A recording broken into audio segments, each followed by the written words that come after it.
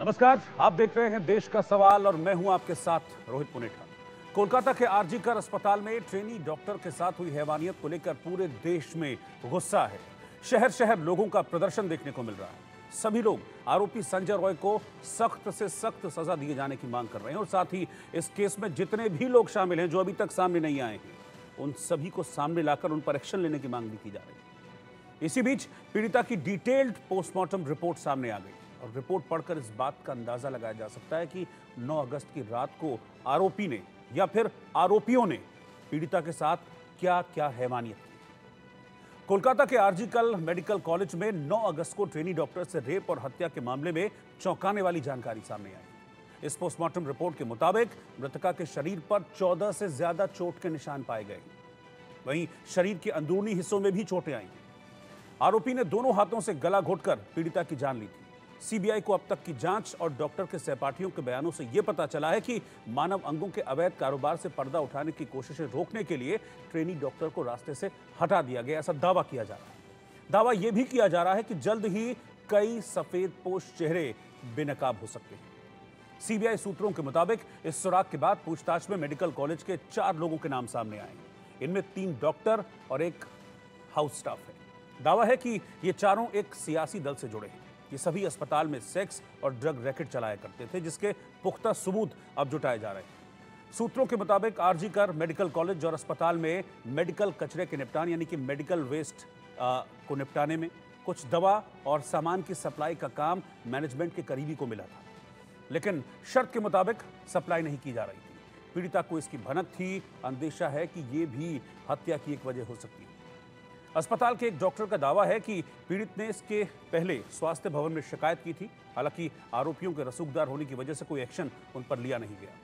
Trainee doctor सबूतों के साथ सोशल मीडिया पर पूरे मामले के खुलासे को लेकर योजना बना रही थी, यानी कि ये माना जा रहा है कि इस मामले को जो इतना सीधा सपाट दिख रहा है, इतना है नहीं, इसकी जड़ें बहुत गहरे में जाकर हैं। जो थ्योरी सामने आ रही है उसके मुताबिक रेप इसलिए किया गया ताकि ये एक आम घटना लगे।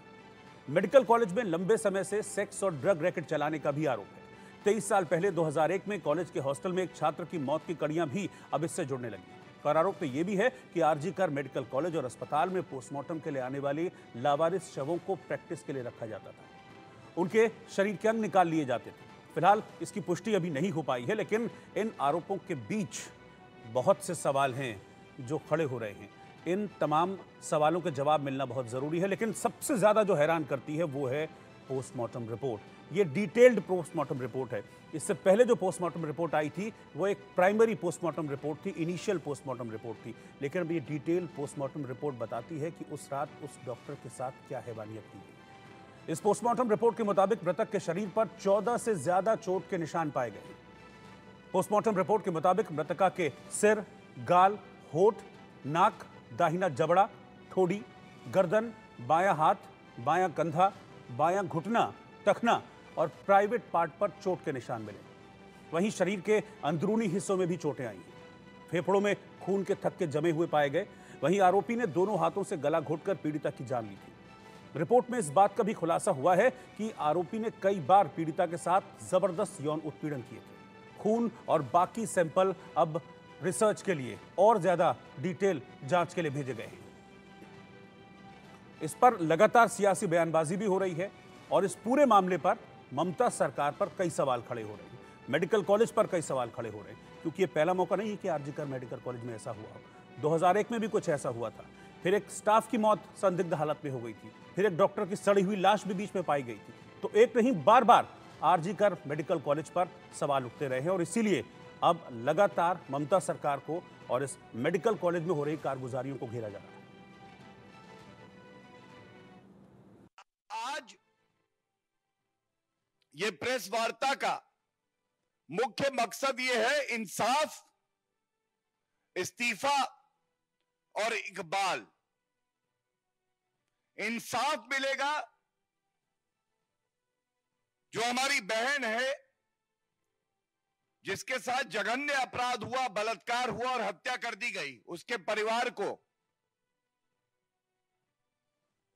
इस्तीफा देना चाहिए ममता बनर्जी को। और अभी प्रेस वार्ता में मैं आपके सामने जो बिंदु रखूंगा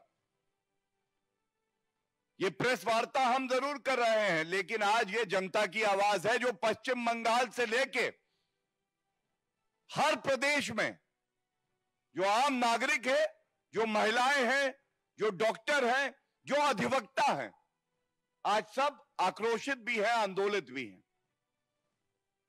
से रोज एक नई थ्योरी, नई अफवाह सोशल मीडिया पर उड़ाई जाती है चित्रों के साथ, और या पोस्टमार्टम रिपोर्ट हो या कुछ भी हो, उसके इर्द गिर्द जिस तरह की भ्रांतियां फैलाई जा रही हैं, जाहिर सी बात है कि ये भ्रांतियां भारतीय जनता पार्टी को सूट करती हैं। तो सीबीआई को चाहिए कि जल्द से जल्द ऐसा एटलीस्ट कोई स्टेटमेंट आना चाहिए ताकि इस तरह की जो माहौल बिगाड़ने की प्रयास किए जा रहे हैं वो रुकें। बिल्कुल सही बात है कि क्यों इतना तोड़फोड़ हुई, क्या परिस्थितियां बनी, कहां किसकी चूक हुई कि अस्पताल में घुसकर इतना तोड़फोड़ हो सकी, ये सवाल जायज हैं, इनका उत्तर मिलना चाहिए। देखिए, ममता बनर्जी का चेहरा कालिक से पोता हुआ है। अपराधियों का कालिक, बलात्कारियों का कालिक, गुंडागर्दी का कालिक। इस कालिक को मिटाने के लिए वो सड़क पे धरना दे रही हैं, जुलूस निकाल रही हैं, नौटंकी कर रही हैं। भाई, पुलिस तुम्हारी, मुख्यमंत्री आप, हेल्थ मिनिस्टर आप, गुंडे आपके, सरकारी अधिकारी आपके, बलात्कारी आपके। मेरठ में होता है बलात्कार, जोगी जी 5 घंटे में ऊपर कर लेते। आप अपराधियों को बचाने में लग जाती हैं, आप सबूत को मिटाने में लग जाती हैं। आपकी पूरी टीम अपराधियों को बचाने और सबूत को मिटाने में लग गया है। अब तो खुलासा आ रहा है, एक नहीं गैंग रेप हुआ और वो एक रसूखों का अड्डा बनते जा रहा। धीरे धीरे पोल खुलेगा, सारी पोल, और पूरे बंगाल कह रहा है कि बंगाल की बेटी को न्याय दो, अपराधियों को पकड़ो।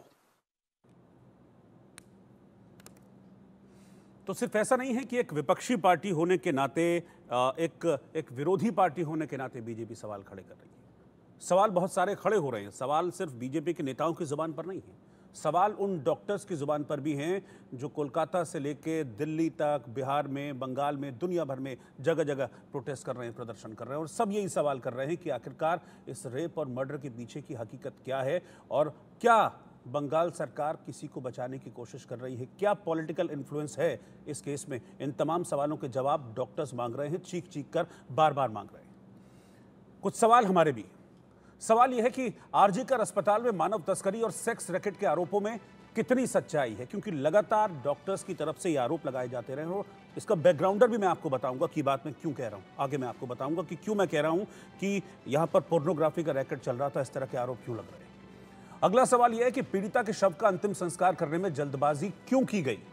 ये हम नहीं कह रहे हैं, ये पीड़िता के पिता ने कहा कि जब डेड बॉडी लेकर हम वहां पहुंचे तो मेरी बेटी से पहले 3 शव और रखे हुए थे, उनको साइड में किया गया और मेरी बेटी के शव को ले जाकर सबसे पहले उसका अंतिम संस्कार कर दिया गया। तीसरा सवाल यह है कि आरजीकर अस्पताल के पूर्व प्रिंसिपल संदीप घोष का क्या ममता बनर्जी से कोई कनेक्शन है? क्या अपने पॉलिटिकल कनेक्शंस की वजह से वो अभी तक बचते आ रहे हैं इस मामले में? ये पूरा मामला आता है, 2 दिन बाद अचानक से इस्तीफा देते हैं, उसके बाद एक और नए मेडिकल कॉलेज का उनको प्रिंसिपल बना दिया जाता है। ऐसा लगता है कि कोई सजा नहीं दी गई, पुरस्कार दिया गया। चौथा सवाल यह है कि क्या कोलकाता की घटना एक प्लान्ड मर्डर है? ये सब कुछ एक सोची समझी साजिश है? मर्डर किया गया, रेप इस मामले में किया गया, क्या कोई पीछे बड़ा रैकेट चल रहा है जिसको छुपाने के लिए ये दिखाने की कोशिश की गई? मेरे साथ कुछ खास मेहमान जुड़ेंगे। मेरे साथ मेरे सहयोगी कोलकाता से जो लगातार मिनट मिनट की रिपोर्ट हमको दे रहे हैं, रैनिक दत्ता इस वक्त साथ में जुड़ गए हैं। मेरे साथ सौरभ सिकदर साहब जो कि बीजेपी के प्रवक्ता हैं, वो साथ में जुड़ गए हैं। एसपी पुरोहित साहब टीएमसी के प्रवक्ता हैं, वो इस वक्त साथ में हैं। संजय सहाय सर एक्स IPS हैं, वो इस वक्त साथ में हैं। Doctor Naresh Chawla vice president हैं DMC के, वो इस वक्त साथ में हैं। और AP Singh ji ex director CBI। आप सभी का बहुत बहुत स्वागत है। लेकिन आज का अपडेट मुझे लेना है, रैनिक में आपके पास आ रहा हूं। आज सुबह से लेकर अब तक क्या हुआ है? क्या एक बार फिर से संदीप घोष को आज पूछताछ के लिए बुलाया गया? एकदम देखिए, सुबह से संदीप घोष को पूछताछ लगातार सीबीआई की तरफ से किया जा रहा है और सीबीआई के सूत्रों मार्फत जो खबर मिल रहा है, ये जो संदीप घोष को 2-3 सवाल जब सीबीआई की तरफ से किया जा रहा था, उसी टाइम में संदीप घोष का जो जवाब सीबीआई को सही नहीं लग रहा है, क्योंकि जैसे कि सूत्रों मार्फत खबर आ रहा है कि संदीप घोष को पूछा जा रहा है, क्योंकि आप देखेंगे कि अगर आरजी कौर की तरफ से जो टाला पुलिस स्टेशन में जो एफआईआर किया गया था, जो ईमेल मार्फत एफआईआर किया गया था, उस एफआईआर और जो फैमिली को कॉल किया गया था, उसके अंदर में 3 घंटे का फर्क है। और इसी बात को सीबीआई जानना चाहते हैं कि 3 घंटा क्यों टाइम लगा। सीबीआई के पास संदीप घोष के पास क्या इंफॉर्मेशन था, संदीप घोष के पास कौन ये पहला इंफॉर्मेशन दिया था कि सेमिनार हॉल में किसी एक स्टूडेंट का डेड बॉडी बरामद हुआ है, ये सवाल भी सीबीआई की तरफ से किया जा रहा है। दूसरी तरफ सीबीआई की तरफ से जानने का कोशिश किया जा रहा है कि आप जैसे कि बोल रहे थे कि संदीप घोष जो है वो 2 दिन बाद रेजिग्नेशन दे दिए, मगर ये 2 दिन वो उसका क्या एक्टिविटीज था, वो कौन से लोगों के साथ बातचीत किए, जब ये डेड बॉडी देखा उन्होंने, उनके बाद किसके साथ बातचीत किया गया, कोई पॉलिटिकल पर्सन के साथ बात हुआ था कि नहीं, इस बारे में भी जांच किया जा रहा है। और इसी वजह से सीबीआई ऑफिशियल्स अभी संदीप घोष का जो मोबाइल डेटा छानना चाहते हैं, मोबाइल कॉल डिटेल्स वो निकाला जा रहा है और उसी के बेसिस पर ये जो संदीप घोष को पूछताछ कर रहे हैं सीबीआई ऑफिशियल्स। दूसरी तरफ सीबीआई की तरफ से आरजी कौर मेडिकल कॉलेज यानी प्लेस ऑफ ऑकरेंस जिस जगह में है, उस जगह का पूरा 3D स्कैनिंग किया जा रहा है लगातार 4 दिन। आज भी सीबीआई ऑफिशियल सुबह आरजी कौर मेडिकल कॉलेज में पहुंचे। मेडिकल कॉलेज का हर एक जगह यानी इमरजेंसी बिल्डिंग, जिस इमरजेंसी बिल्डिंग का 3rd फ्लोर से ये डेड बॉडी रिकवर हुआ था, उस इमरजेंसी बिल्डिंग का हर एक एंट्री और एग्जिट पॉइंट का तस्वीर और 3D स्कैनिंग सीबीआई की तरफ से किया जा रहा है।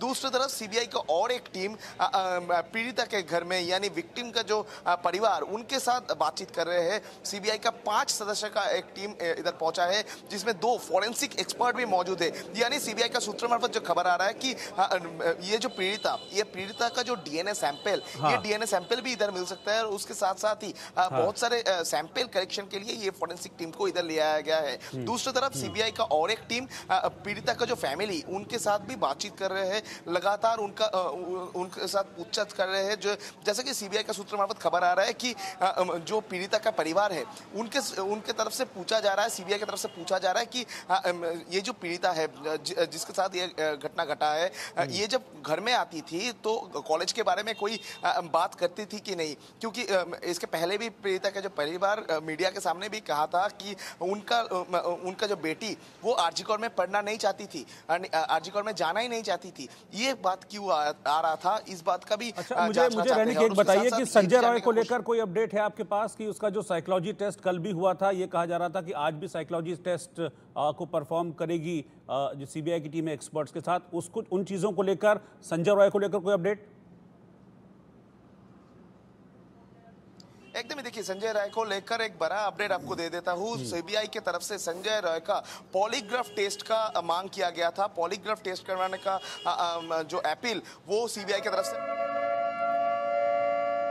हाँ ठीक है, एक मिनट मैं आपके पास आ रहा हूं। रैनिक, इस वक्त की ब्रेकिंग न्यूज, जैसा कि रैनिक ने भी बताया, कोलकाता रेप मर्डर केस में बड़ी खबर है कि सीबीआई ने कोलकाता हाईकोर्ट में अपील की है कि संजय रॉय का पॉलीग्राफी टेस्ट कराया जाए। इसके लिए कोलकाता हाईकोर्ट में अर्जी सीबीआई की ओर से लगाई जाएगी। आपको मैं बता दूं कि संजय रॉय का साइकोलॉजी टेस्ट सीबीआई ऑलरेडी करा चुकी है। कोलकाता रेप और मर्डर केस में अभी तक एकमात्र आरोपी के तौर पे संजय रॉय सामने आया है। अब उसके पॉलीग्राफ टेस्ट की तैयारी कर रही है सीबीआई, जिसके लिए कोलकाता हाईकोर्ट में अर्जी लगाई है। रैनिक, आगे बताइए, इस पर क्या बोल रहे हैं आप? देखिए, कोलकाता हाईकोर्ट में नहीं, सीबीआई की तरफ से ये जो आरजी शियालदा में सीबीआई का जो स्पेशल कोर्ट है उसमें लगाया गया था, वो आरजी को अप्रूव किया है शियालदा कोर्ट ने। शियालदा कोर्ट की तरफ से साफ साफ कहा गया है कि जिस पॉलीग्राफिक टेस्ट के लिए 2-3 चीज में ध्यान में रखना पड़ता है। जिसका पॉलीग्राफिक टेस्ट होगा उनका अप्रूवल चाहिए और कोर्ट का अप्रूवल चाहिए। और उस पहला तो संजय रॉय का अप्रूवल लिया गया था, उसके बाद कोर्ट में अपील किया गया था कि संजय रॉय को पॉलीग्राफिक टेस्ट करवाना चाहते हैं सीबीआई, और इसी वजह से शियालदा कोर्ट की तरफ से भी ये पॉलीग्राफी टेस्ट को अप्रूवल दे दिया गया है और सीबीआई ये संजय रॉय को पॉलीग्राफी टेस्ट कराने का जो प्रोसीड्यूर भी कंप्लीट करेगा। अच्छा, जैसे कि सीबीआई की तरफ से कहा जा रहा है कि पहले पॉलीग्राफी टेस्ट करवाने के मुझे अपने गेस्ट के पास जाना है, बाकी मेहमानों के पास। एक चीज मुझे बताइए कि ये क्यों कहा जा रहा है कि 23 साल पुराना जो एक सौमित्र विश्वास का मामला था वो फिर से अब उठ खड़ा हुआ है। 25 अगस्त 2001 को सौमित्र विश्वास की डेड बॉडी इसी आरजी मेडिकल कॉलेज के एक हॉस्टल से लटकी हुई मिली थी और उस वक्त सौमित्र के माता पिता ने कहा था कि ये सुसाइड नहीं है, और परिस्थितियां भी कह रही थी वो सुसाइड नहीं था, ये मर्डर है और पोर्नोग्राफी से जुड़ा हुआ मर्डर है। कुछ ऐसे आरोप उनकी तरफ से लगाए गए थे। ये दोनों मामले अब कैसे जुड़ रहे हैं? एकदम ही देखिए, 2-3 पॉइंट से ये मालूम पड़ता है कि किस तरीके से 2001 का घटना और 2024 का घटना एक हो जाता है, क्योंकि 2001 साल में सौमित्र विश्वास जिसका dead body RG Kar medical college and hospital का हॉस्टल से बरामद हुआ था, उनका जब डेड बॉडी रिकवर हुआ था उसी टाइम में भी हॉस्पिटल के तरफ से कहा गया था कि ये सुसाइड है। और ये केस में भी 2024 साल का अगस्त महीने का 9 तारीख का केस में भी परिवार के पास जब पहला फोन कॉल आया उसी टाइम में भी बोला गया कि ये सुसाइड है। दूसरा पॉइंट, उसी केस में परिवार की तरफ से दावा किया गया कि और सिर्फ परिवार नहीं, डॉक्टर की तरफ से भी दावा किया गया था कि हॉस्टल के अंदर में सेक्स रैकेट चलता था, पोर्नोग्राफी का पोर्न वीडियो का रैकेट चलता था। ये सिर्फ क्लेम नहीं है। और इस बार भी जो पूरा घटना घटा है इसमें 2-3 जो ऑडियो वायरल हुआ है, वो वायरल ऑडियो में भी बहुत सारे डॉक्टर्स ने भी यही सवाल उठाया, क्या ये जो विक्टिम है, क्या ये विक्टिम को कुछ ऐसा मालूम पड़ गया था कि इस वजह से उनको जान गंवाना पड़ा? ये सवाल आता है। फैमिली की तरफ से कहा जा रहा है कि पुलिस की तरफ से जल्दी किया गया था, जल्दी डेड बॉडी का अंतिम संस्कार कर दिया गया था। ये सवाल आता है कि क्यों पुलिस की तरफ से ये किया गया था। ठीक है। तो दूसरा सवाल आता है कि पुलिस, अगर ये पूरा मामले का जांच पुलिस की तरफ से किया जा रहा था तो पुलिस ने क्यों पॉलीग्राफी टेस्ट के लिए अप्लाई नहीं किया जो आज सीबीआई की तरफ से किया? ये सवाल को देखते हुए 2001 और 2024 दोनों केस का लिंक आप मिल सकते हैं आपको, जिसमें फिर से एक बार आरजीकर के ऊपर, आरजीकर अस्पताल के ऊपर सवाल आता है, क्या उसके अंदर कुछ ऐसा रैकेट चलता है जो मालूम पड़ने से जो स्टूडेंट है उनको जान भी गंवाना पड़ता है। ठीक है, बहुत बहुत शुक्रिया रहने का आपका इस पूरी डिटेल जानकारी के लिए। मैं अपने गेस्ट पे चल रहा हूं, सारे मेहमानों को मैं ऑलरेडी इंट्रोड्यूस करा चुका हूं। आपसे मैं इस वक्त सीधा एपी सिंह सर के पास चल रहा हूं, जो कि सीबीआई के पूर्व डायरेक्टर हैं। सर, आपका एक्सपीरियंस, आपकी जो ऑब्जर्वेशन है इस केस को लेकर अभी तक क्या कह रही है? अच्छा, आप मेरे को 2 मिनट देंगे तो मैं आपको सर प्लीज बोलिए सर। तो पहले तो ये इश्यू आता है कि ये इसको पहले अननेचुरल डेथ मतलब सुसाइड क्यों माना गया प्रिंसिपल ऑफ पुलिस के तरफ से जी। और फिर दूसरा पॉइंट आता है कि प्रिंसिपल को क्यों इमीडिएटली ट्रांसफर करके दूसरा पोस्टिंग दिया गया जी, है ना जी। अच्छा, और फैमिली को क्यों बोला गया कि ये सुसाइड है? तो ये सब क्वेश्चंस काफी महत्वपूर्ण हैं। अच्छा, ये प्रिंसिपल के कॉल रिकॉर्ड्स की इमीडिएटली घटना के बाद इन्होंने किस किस से बात करी और क्या बात करी, ये भी बड़ा इंपॉर्टेंट होएगा। अच्छा, ये स्टेटमेंट ऑफ अक्यूज्ड, जो आपका जो मेन अक्यूज्ड है जो पकड़ा गया है, वो उसने अभी तक कन्फेस करा है कि नहीं, ये हम लोग को अभी तक किसी ने बताया नहीं है कि ये इसने कन्फेस करा है या नहीं। और इसने कन्फेस करा है तो इसने क्या बताया कि कौन कौन इसके साथ थे या इसने अकेले करा है, तो ये बड़ा इंपॉर्टेंट होएगा कि इसकी स्टेटमेंट क्या है। ये अभी तक आपके न्यूज चैनल में ये बात आ रही नहीं है जी। अच्छा, और इसमें मर्डर और रेप के अलावा कोई कॉन्स्पिरेसी है जो मीडिया अभी आप लोग भी बोल रहे हैं, तो इसको तो पुलिस सीबीआई निकालेगी और चेक करेगी। अच्छा, जो इसके कपड़े हैं और ये सीन ऑफ क्राइम है, ये सीबीआई दोबारा से देखेगी। पर सीबीआई के पास एक प्रॉब्लम होती है कि ये केसेस ना हर बार कुछ दिनों के बाद मिलते हैं, उसके उस बीच में क्राइम सीन की टैंपरिंग हो जाती है। लोग आते हैं जाते हैं, लोकल पुलिस ने क्या वहां से क्राइम सीन से उठाया, तो ये सीबीआई के लिए थोड़ी सी प्रॉब्लम हो जाती है कि क्राइम सीन उनको फ्रेश नहीं मिलती है, उनको पुरानी क्राइम सीन। इस केस में भी शायद सीबीआई ने 5-6 दिन के बाद इस केस को टेक ओवर करा है जी। और पोस्टमार्टम जो आप अभी बात कर रहे थे, तो इसका वीडियोग्राफी हुआ है कि नहीं, ये बड़ा जरूरी है कि इसका पोस्टमार्टम का वीडियोग्राफी होना चाहिए था जी। सीबीआई की टीम जो है वो सेंट्रल यूनिट दिल्ली से प्रेफरेबल है, दिल्ली या कलकत्ते से बाहर से होनी चाहिए, क्योंकि जो लोकल यूनिट्स होते हैं सीबीआई के, उसमें काफी वेस्ट बंगाल पुलिस के भी ऑफिसर्स होंगे। तो इसलिए पार्शियलिटी के लिए ये बेटर रहेगा कि ऑफिसर्स बाहर से रहें, या लोकल ऑफिसर्स को नहीं रहना चाहिए। और ये सब टाइम लगता है इसमें, क्योंकि आप चाह रहे हैं कि ये इमीडिएटली ये सारा इन्वेस्टिगेशन हो जाए, वो नहीं होता। सीबीआई में टाइम लगता है, जैसे आपने अभी बोला लाई डिटेक्टर टेस्ट होना है, फोरेंसिक रिपोर्ट्स आएंगी, उनका क्या क्या फोरेंसिक रिपोर्ट्स है उसको लोग देखेंगे, फिर इंटेरोगेशन में क्या निकल रहा है।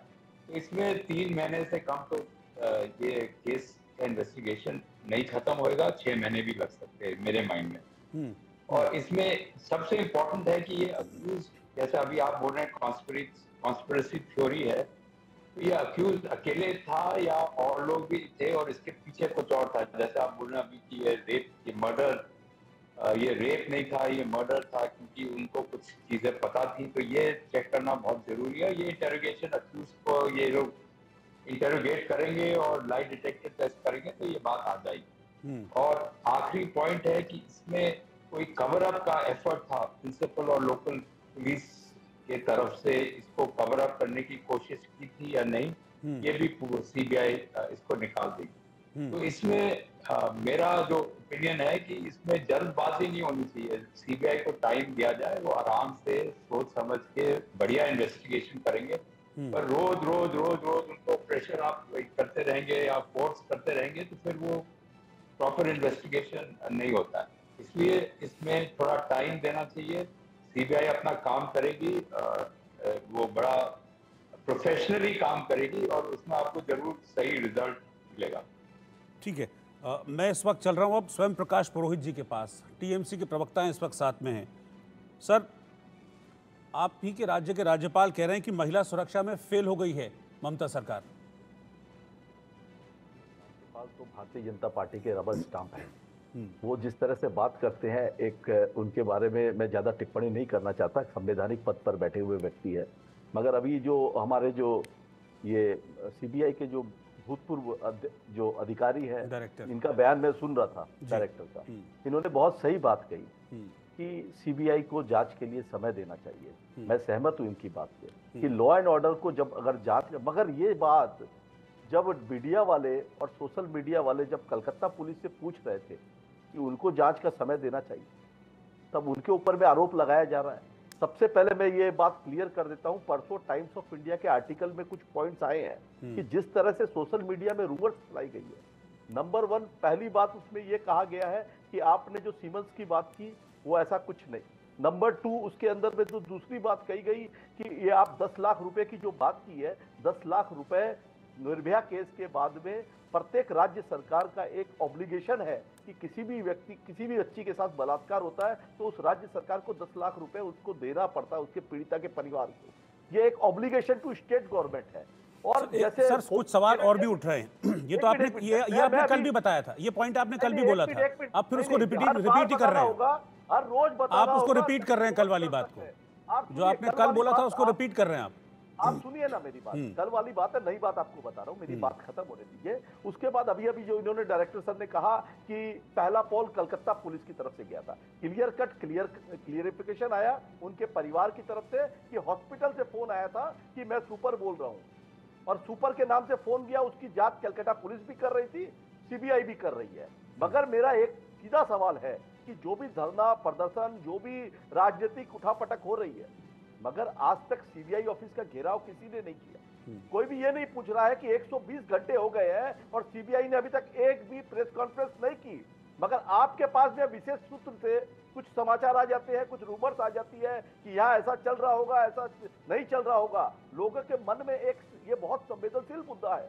पूरे विश्व के अंदर में, देश के अंदर में जिस तरह से सोशल मीडिया में इसका प्रचार हुआ है, मैं इसको गलत नहीं मानता हूँ। अगर सही बात का प्रचार करिए, मगर झूठ का मत करिए, झूठ का प्रचार मत करिए, उस बच्ची का नाम मत लीजिए, उस बच्ची की तस्वीर टीवी में मत। कौन दिखा रहा है? कोई नहीं दिखा रहा टेलीविजन चैनल, उन लोगों को बुलाया, कोई टीवी चैनल नहीं दिखा रहा है। तोड़ फोड़ की नहीं, टीवी चैनल नहीं, सोशल मीडिया की बात कर रहा हूँ। सोशल मीडिया भूल जाइए आप सोशल मीडिया पे नहीं बैठे हैं, आप एक टीवी चैनल पे बैठे हैं। सोशल मीडिया का कितना बड़ा रोल है आज के डेट में, एक क्रांति आ सकती है सोशल मीडिया से। आप बोलते हैं भूल जाइए, सोशल मीडिया, आप सोशल मीडिया पे नहीं बैठे ना सर, आप एक टीवी चैनल पे बैठे। मीडिया पे बैठा हूँ, मगर मैं मीडिया से अपनी बात रखने का अधिकार है मुझे। इस तरह से षड्यंत्र आप मुझे ये बताइए कि ऐसी क्या जल्दबाजी थी कि इतने बड़े कांड के बाद संदीप घोष इस्तीफा देते हैं 2 दिन बाद और उनको फिर से नए कॉलेज में प्रिंसिपल बना दिया जाता है? देखिए, मुझे अगर आप व्यक्तिगत तौर पे पूछेंगे हाँ। तो मुझे ये चीज सही नहीं लगी, मगर उसके बावजूद अगर वो अगर आरोपी है तो सीबीआई ने तो 4 दिन से उसको रोज बुला रहे हैं, उनको तो गिरफ्तार, अगर उनके अगेंस्ट में कुछ भी मिलता सीबीआई उनको बाहर थोड़ी तो जो करना है करेंगी सर, मतलब सीबीआई तो जो करना है वो करेगी इस मामले में, लेकिन सवाल ये पब्लिक डोमेन में उठ रहे हैं कि ऐसी क्या जल्दबाजी थी? ये सवाल है कि कलकत्ता पुलिस के पास में अगर संदीप घोष जाते हैं और वापस चले जाते हैं तो बोलते हैं उनको गिरफ्तार क्यों नहीं किया। तो मेरा बोलने का मतलब है सीबीआई भी सोच समझ के काम कर रही है। लॉ एंड ऑर्डर जो है, कानून में कोई भी अधिकारी है, कलकत्ता पुलिस ने बहुत ही सराहनीय कार्य किया है, 12 घंटे के अंदर में आरोपी को गिरफ्तार किया है। अगर आरोपी गिरफ्तार नहीं होता सर, कलकत्ता पुलिस पे मैंने तो टिप्पणी की नहीं थी, हाई कोर्ट ने टिप्पणी की थी, उसके बाद फिर केस सीबीआई को गया था। अब सुप्रीम कोर्ट में चला गया है, कल सुप्रीम कोर्ट ने भी संज्ञान लिया इस मामले पर। देखिए, देश में होने वाले कहीं भी बलात्कारी है, हमारे नेता अभिषेक बनर्जी ने क्लियर कहा था, उसी दिन कहा था कि इसको फास्ट ट्रायल ट्रैक में चलाइए और इसकी जो डिलेड जस्टिस डिनाइड, जस्टिस को डिले मत करिए। अभी आप फास्ट ट्रैक में 15 दिन 1 महीने के अंदर में आप डेली क्या आपकी अपडेट है सीबीआई को देनी चाहिए, मीडिया को देनी चाहिए। मैं बोलता हूं दीजिए आप, जो भी उसके अंदर में दोषी है, अगर वहां कोई रैकेट चलता है, कुछ भी चलता है, हर दोषी को कड़ी से कड़ी सजा होनी चाहिए और जो मुख्य आरोपी है उसको सरेआम फांसी पर लटकाना चाहिए। ठीक है, ये हमारे नेता कहते हैं। ठीक है, सबसे एक एक रिएक्शन मैं ले लेता हूँ। हाँ, सबसे एक एक रिएक्शन ताकि सबको एक एक मौका मिल जाए। सौरभ सिकदर, आपके पास आ रहा हूँ। आपको गवर्नर साहब का जो वक्तव्य अभी आपने सुनाया और उसके ऊपर टीएमसी के प्रवक्ताओं ने उसको बीजेपी की आदमी बना दिया, तो मैं उसको प्रश्न करना चाहता हूं कि ये बंगाल के जो लाखों करोड़ महिलाएं रास्ते में उतार के रोज कूच बिहार से कलकत्ता तक यही बात बोल रहा है, ये क्या सब बीजेपी के आदमी है? अगर है तो आपके ऊपर किसी का समर्थन ही नहीं है, आप तो जबरदस्ती सरकार में। सर, आपके थोड़ा सा ऑडियो में प्रॉब्लम है, आपके ऑडियो में प्रॉब्लम है। मैं चाहूंगा एक बार करेक्ट हो जाए आपका ऑडियो, फिर मैं आपके साथ जुड़ूं। ऑडियो में प्रॉब्लम है, किसी को सुनाई नहीं देगा। हाँ, आपके ऑडियो में प्रॉब्लम है। मैं डॉक्टर नरेश चावला के पास चल रहा हूँ। डॉक्टर नरेश चावला, आप सारी चीज़ों को देख रहे हैं। जो कोलकाता में प्रोटेस्ट करने वाले डॉक्टर्स हैं वो बड़े गंभीर आरोप इस पूरे मामले को लेकर लगा रहे हैं। वो कह रहे हैं कि सब कुछ इतना सीधा नहीं है। कैसी दिख रही है आपको ये लड़ाई? देखिए, मैं पहले भी आपके चैनल पे एक बार पहले बोल चुका हूँ, दोबारा बोल रहा हूँ कि इंडियन मेडिकल एसोसिएशन, जिसके कि 4 लाख डॉक्टर हैं, उनका एजुटेशन काफी लंबा चला है। शनिवार यानी कि परसों पूरे दिन का हमने हड़ताल भी किया है। हम सियासत नहीं चाहते, थोड़ी बहुत सियासत भी चल रही है, तो कहते हैं एलिगेशंस, काउंटर एलिगेशन ज्यादा चल रही हैं। CBI has taken over. हमारी तो एक ही मांग है। फर्स्ट थिंग, हमारे फॉर्मर सीबीआई डायरेक्टर ने कहा it may take 3 to 6 months, तो मैं इससे थोड़ा सा कम सहमत हूँ। मत भूलिएगा, आज से 15 साल पहले में जब निर्भया कांड हुआ था, तब भी उसको जो गुनहगार थे उनको फांसी लटकाने में 8 साल लग गए थे। Justice delayed is justice denied. हम 8 साल नहीं लगा सकते। मत भूलिए, जो मीडिया की क्लियर है ये बहुत लंबी नहीं, छुपा जाता है। हमें सच को छुपने नहीं देना है। जो भी इन्वॉल्व है, न केवल संजय जैन का, मैं तो कहूंगा इवन जो उसके फॉर्मर प्रिंसिपल, उनका भी पॉलीग्राफ यानी कि लाइव डायरेक्शन टेस्ट होना चाहिए। उनकी भी कॉम्प्लिसिटी होती है, क्योंकि उनको एकदम अच्छी जॉब एकदम बाद मिल जाना। उनका पता चला था पिछले कुछ महीने पहले भी वो इस जगह को छोड़ने के लिए कहा गया था, उन्होंने दोबारा ज्वाइन कर लिया था। इन सब मुद्दों को खुलासा करने के लिए बहुत ही सख्ती से, बिकॉज ये सिर्फ एक रेप नहीं है, ये एक ब्रूटल मर्डर नहीं है। ये स्पष्ट दिख रहा है कि उस हमारी डॉक्टर पीजी बच्ची को तोड़ा गया का मतलब उसकी आत्मा, उसके शरीर को दूषित करना एक तरफ, उसको बिल्कुल इतना तोड़ा गया कि ऐसी कोई आवाज ना उठाए। प्लस जो आसपास के दूसरे क्लास फेलोज हैं, ऐसा लग रहा है सब बहुत दबाव में हैं और कुछ सच नहीं बोल पा रहे। तो इस सब को जबकि अब सीबीआई के पास केस आई गया है, ये भी हो, और मत भूलिएगा हमारा न्याय खाली इस बच्ची के जो गुनाहगार हैं उसको तो फांसी पे जल्द से जल्द कहते हैं ना समरी कोर्ट या स्पीड ट्रायल कोर्ट से जल्दी लटकाया जाए। प्लस हमारी मांग कोई भी है कि डॉक्टरों पे अक्सर अटैक होते रहते हैं। जो हम हमेशा दूसरी मांग जो हमारी आईएमए इंडियन मेडिकल एसोसिएशन की मांग है वो है कि हम एक कानून मांग रहे हैं, एक सेंट्रल प्रोटेक्शन एक्ट, जो हम कितने समय से मांग रहे हैं। हमारे देश के होम मिनिस्टर ने ये एक्ट लाया भी गया था by an ordinance during corona, लेकिन कोरोना के बाद दोबारा से लाया गया था पार्लियामेंट में और ये कह के टाल दिया गया था डॉक्टरों को नए कानून या नए प्रावधान की जरूरत नहीं है, जो सबके लिए है वही चलने दो। अगर हम डॉक्टरों को देंगे तो दूसरे प्रोफेशनल्स भी यही इस कानून की मांग करेंगे। तो मेरी आपके चैनल के माध्यम से दूसरे हमारी गवर्नमेंट को और हमारे सारे पार्लियामेंटेरियंस को अपील है कि डॉक्टर का काम करना और दूसरे प्रोफेशनल्स का काम करना बहुत अलग है। जिस तनाव तले डॉक्टर्स काम करते हैं वो इतना ज्यादा हो गया है कि आज की तारीख में डॉक्टर्स खुद भी बहुत ज्यादा तनाव में रहते हैं। जो ऐसे क्राइम्स हुए हैं, कभी किसी नर्सिंग होम पे अटैक हो जाना, कभी किसी डॉक्टर पे अटैक हो जाना, कभी किसी हॉस्पिटल पे अटैक हो जाना, उससे डॉक्टरों का मनोबल बहुत टूट गया है और डॉक्टर जो इलाज करता है मरीज का उसमें और किसी मशीन को ठीक करने में बहुत फर्क होता है। तो डॉक्टरों को गुंजाइश तो all over the western world हर जगह डॉक्टरों के ऊपर उनको बचाव मिलता है ताकि डॉक्टर आसानी से कंफर्टेबली अपने पूरे दिल दिमाग से अपनी अच्छी डॉक्टरी कर सके। जो माहौल बिल्टअप किया गया है अब तक, लेट मी कंप्लीट, जो माहौल अब तक बिल्ड किया जा रहा है उसमें कोई डॉक्टर काम कर ही नहीं पाएगा।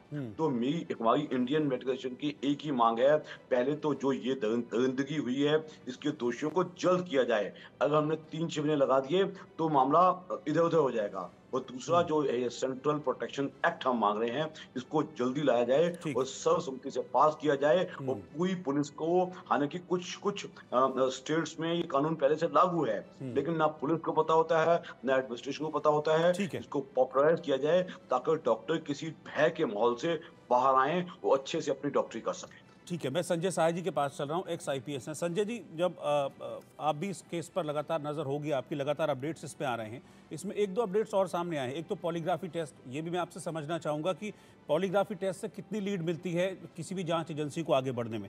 दूसरी एक और चीज़ इंपॉर्टेंट है कि आज डिटेल पोस्टमार्टम रिपोर्ट आई है और इसमें जो बताया गया है कि 14 मेजर चोट के निशान पूरे शरीर में पाए गए हैं। हाथ टूटा है, घुटना टूटा है, पैर टूटा है, 90 डिग्री पे पैर मुड़ा हुआ था, गर्दन टूटी हुई है, आंख में कांच है, इतनी सारी मतलब इंजरीज वहाँ पर हैं पोस्टमार्टम रिपोर्ट। और जो CCTV है वो ये कहता है कि ये सब कुछ 34 मिनट में हुआ है। 4:03 पे संजय रॉय को अंदर जाते हुए देखा गया और 4:37 पे संजय राय को बाहर निकलते हुए देखा गया।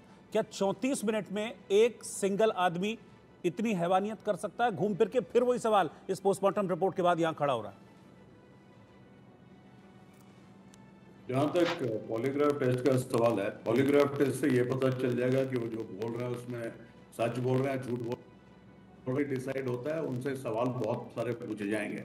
सवाल के जवाब में जो वो फैक्ट्स प्रस्तुत करेंगे उस फैक्ट्स में डिस्क्रिपेंसी कितनी है और उस डिस्क्रिपेंसी के हिसाब से वो उस तरीके का इन्वेस्टिगेशन होगा जिससे आप करीब पता चल जा सकता है कि ये झूठ बोल रहा है, सच बोल रहे हैं, कितना झूठ रहा है, किस तरीके का इन्वेस्टिगेशन आगे होना चाहिए। सो पॉलीग्राफ टेस्ट होना जरूरी है। पॉलीग्राफ टेस्ट से ये जो गुत्थी जो है अभी उसको सुलझने में कुछ तो हेल्प जरूर मिलेगा। जहां तक पोस्टमार्टम रिपोर्ट का, डिटेल पोस्टमार्टम रिपोर्ट का सवाल आप बता रहे हैं और 34 मिनट में शायद ये सब कुछ हुआ, एक आदमी कर सकता है कि नहीं कर सकता है, तो ये तो डॉक्टर्स को भी बताना होगा कि 34 मिनट में with this nature of injuries whether it is possible by one person or not। अगर एक पर्सन से पॉसिबल नहीं है तो सीबीआई भी इस पे इंट्रोगेशन आज 4-5 दिनों से कर रही है। डॉक्टर्स ने पहले भी बोला था कि उन्हें रेगुलर अपडेट चाहिए ऑन इन्वेस्टिगेशन, लेकिन इन्वेस्टिगेशन को कोई रेगुलर अपडेट्स आ नहीं रहे और हर चीज को एक पॉलिटिकल एनालिसिस, एक पॉलिटिकल प्रिज्म के उसको भी अंदर से देखा जा रहा है। तो इसको पूरा ज्यादा का ज्यादा इसको एक स्मोक स्क्रीन तरीके की बनाने की कोशिश किया जा रहा है। अगर एक आदमी से इतना कुछ ये नहीं हो सकता दरिंदगी, तो अभी तक के इन्वेस्टिगेशन में और कौन लोग हैं और उनका क्या रोल रहा है, इसके आगे एक नया आयाम या एक नया बैकड्रॉप भी आ गया है कि 2001 से यहाँ रेगुलर इरेगुलरिटीज, तरह तरह की इरेगुलरिटीज, आप जो है ब्लू मूवीज की बात कर रहे हैं, आप वाइटल ऑर्गन्स का रैकेट का इरेगुलरिटीज, प्रोक्योरमेंट, 50 तरह की चीजों की बात हो रही है।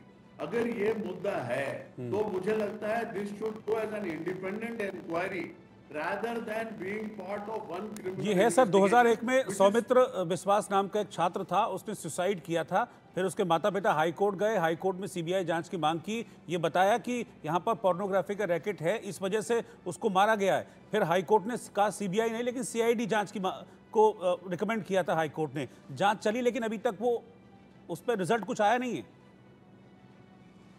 देखिए 23 साल में उस समय रिजल्ट नहीं आया। हाँ। भी मेरे से पहले जो पैनलिस्ट थे वो बोल रहे थे कि निर्भया केस में 8 साल लगा, तो सीबीआई डायरेक्टर साहब जो बोल रहे हैं वो सही है, टाइम लगता है, लेकिन इस तरीके के केसेस में अगर हमारे पास टाइमलाइन नहीं है, अगर हमने क्या पहले किया कि 20 साल 22 साल जो इरेगुलरिटी हुआ उसमें हम आंख बंद करके बैठे हुए थे, चाहे प्रोक्योरमेंट का हो चाहे जो भी हो, 50 तरह की चीजें, तो वहां हम आंख बंद करके बैठे रहे।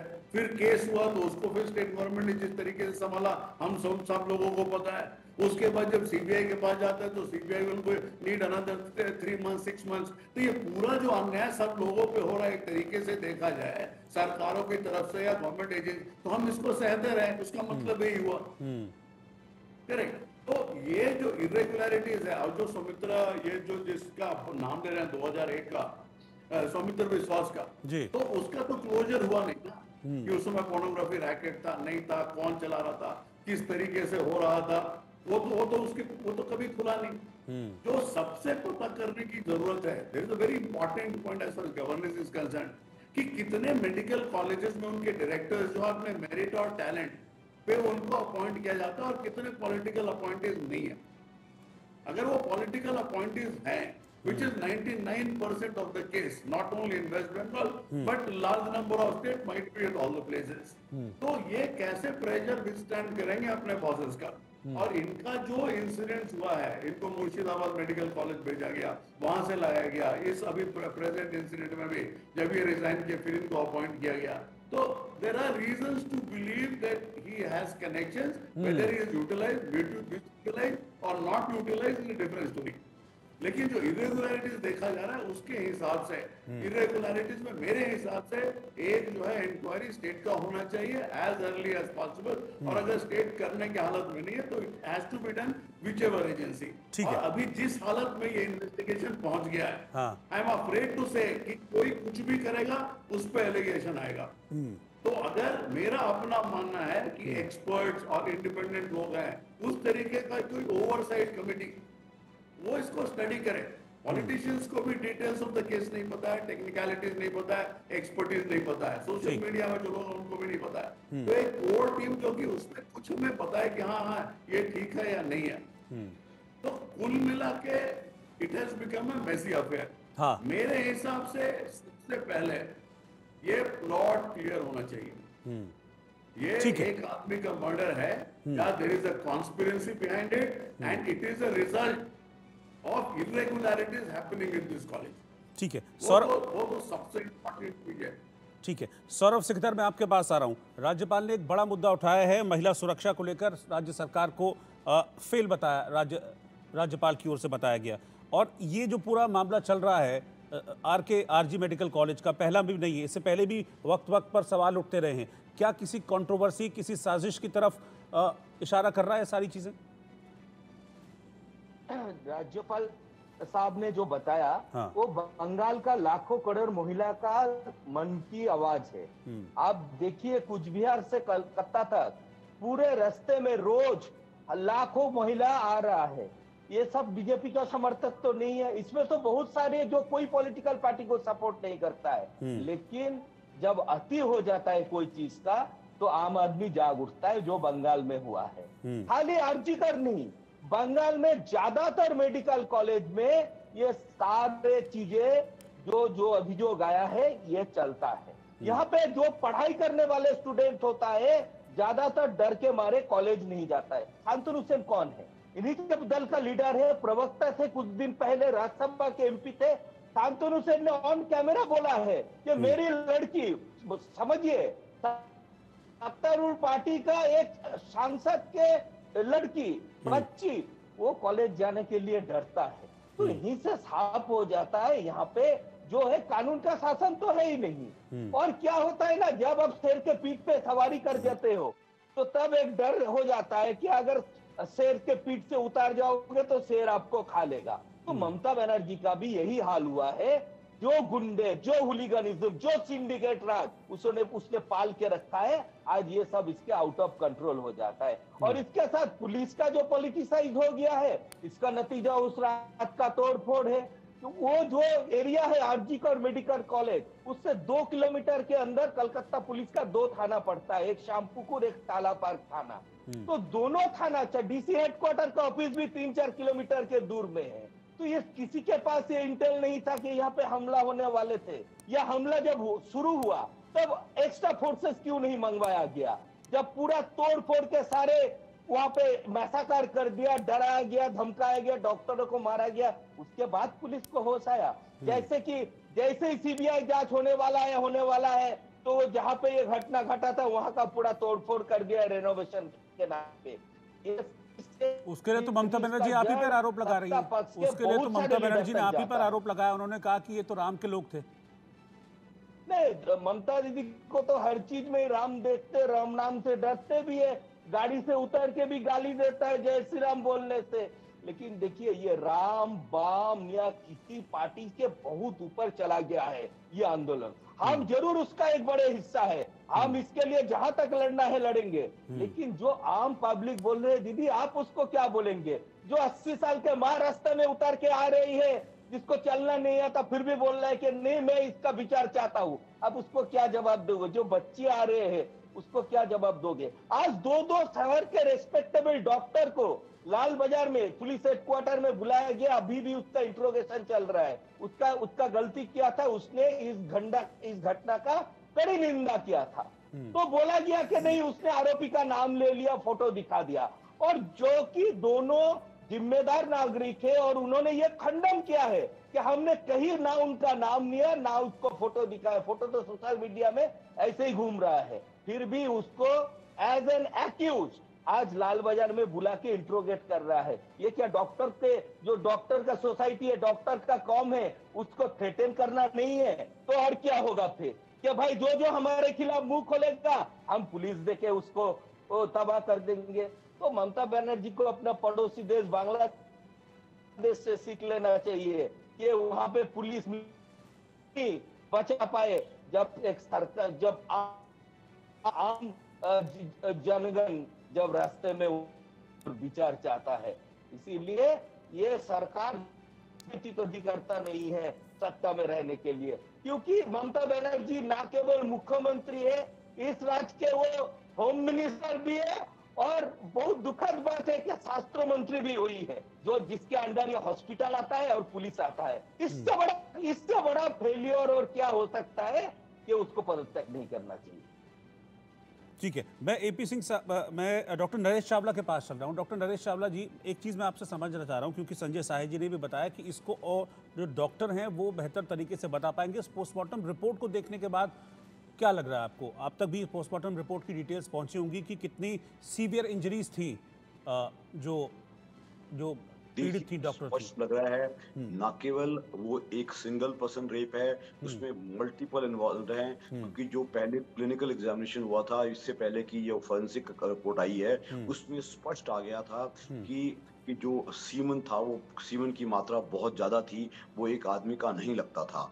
एटलीस्ट 4 to 6 पर्सन हमारी जो सोशल मीडिया में हमें खबर लगी है। और प्लस मत भूलिएगा कि हम डॉक्टर्स बहुत पेन्ड हैं, क्योंकि अल्टीमेटली जो उस बच्ची की पीजी ट्रेनिंग की सबसे बड़ी पहचान थी वो डॉक्टर थी, एक महिला नो डाउट थी। तो इस सब को देखते हुए डॉक्टर्स बेचारे टूटे हुए हैं कि ये हो क्या रहा है, क्यों हो रहा है। प्लस आप सोच के देखिए, सुप्रीम कोर्ट आसानी से सुओ मोटो कभी भी कॉग्निजेंस नहीं लेती।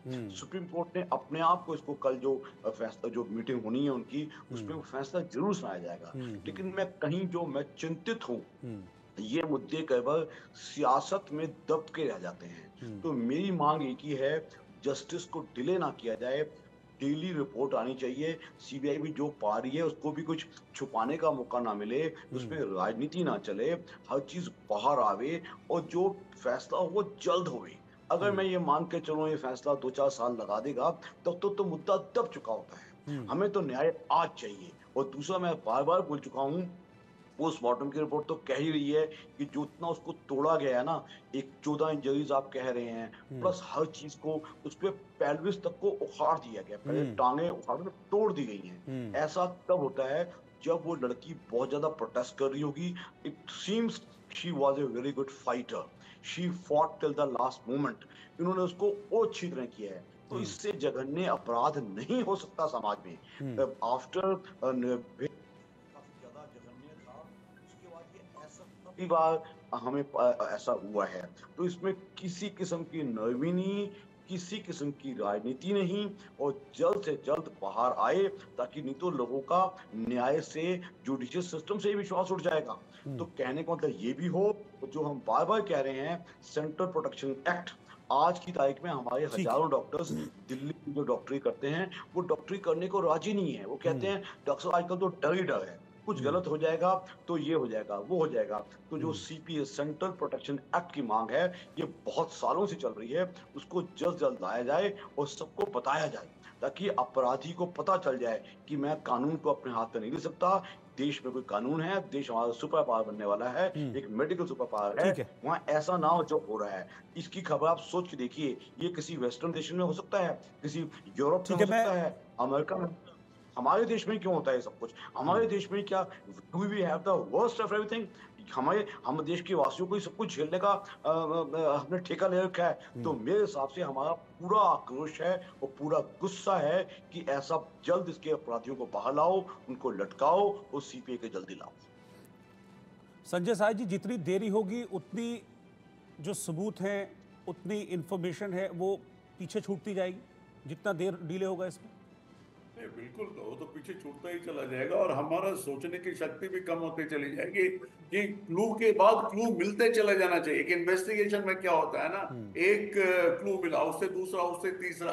अगर इसमें पेस स्लो हो गया, और अभी भी सीबीआई शुड टेल अस कि कौन कौन सा गैप्स कैलकाटा पुलिस ने कवर नहीं किया और क्यों नहीं कवर किया। एक है इन्वेस्टिगेशन, दूसरा जो पहले का इन्वेस्टिगेटिव एजेंसी है उसने जो जो गलतियां की है उसको परमानेंटली छोड़ दिया जाए क्या? So that also should come out in the investigation report. तो जैसे जैसे डिले होगा वैसे वैसे और it will become more complicated, और हम लोग भी फिर एक्सेप्ट करने को तैयार हो जाएंगे कि जो भी हमें दिया जा रहा है कम से कम उतना तो हो गया। Time is of utmost importance. और दूसरा मैं बताता हूं, टाइम के साथ साथ जो प्रेशर अभी बना है, शायद पहली बार इस तरीके का प्रेशर डॉक्टर्स के तरफ से या समाज के तरफ से सरकार पे और इन्वेस्टिगेटिव एजेंसी से बना है। टाइमलाइन का मतलब क्या होता है? टाइमलाइन मैं एक छोटा सा रिएक्शन एपी सिंह सर से भी लेता हूं। एपी सिंह सर से भी एक छोटा सा रिएक्शन ले लेता हूं, वो साथ में भी जुड़े हैं। सर, सेंटिमेंट्स भी हैं इस पूरे केस में, बहुत जबरदस्त सेंटिमेंट जुड़े हैं, और आप देख रहे हैं प्रेशर भी बहुत है, सबकी मांग है कि जल्द से जल्द इस केस का खुलासा हो। कैसे इस केस को टैकल करेगी अब सीबीआई? चैलेंजेस बहुत हैं इस केस में। नहीं, सीबीआई प्रोफेशनली काम करेगी, वो प्रेशर में नहीं आएगी और आना भी नहीं चाहिए। ये नहीं कि जल्दीबाजी में हम सब चीज कर रहे हैं इसको।